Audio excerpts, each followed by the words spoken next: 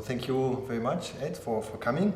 Ed, you are the director of the Kavli Institute for Systems Neuroscience and of the Centre for the Biology of Memory in Trondheim. And I think your research is focusing on the way space is represented in our brain. So do we have a Google map in our head? We have a kind of Google map. So we have several types of cells in the brain that map our position in the environment. First, there are the place cells, which were discovered 40 years ago. They are active whenever we are in a certain position in the environment. Then there are also other types of cells, like the grid cells, which we found ourselves in 2005. And these are a different type of map because they are active at certain positions, and those positions form a kind of matrix across the environment. So they fire in a strictly hexagonal pattern across the floor or whatever we are moving around. And in that way, they are similar to the longitudes and the latitudes of a geographical map. So they sort of tell us distances and directions.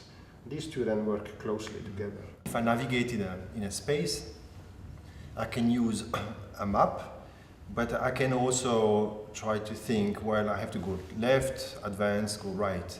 And these sort of two strategies, are they supported by different brain structure in the brain?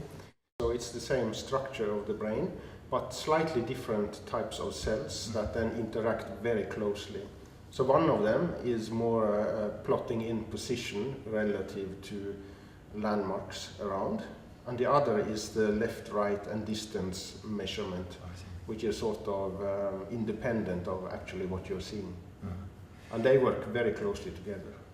The same structure in the brain, hippocampus, for example, is involved in place or in spatial mapping, and at the same time in memory formation. Is there a deep connection between these two functions?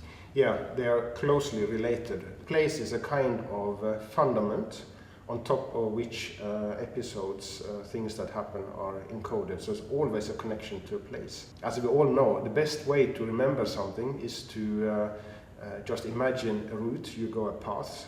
It's called locus or the method of locus method. And you walk on that path. On every place on that path, you sort of remember an item that you want to remember. And it's much easier to remember when you connect it to a place.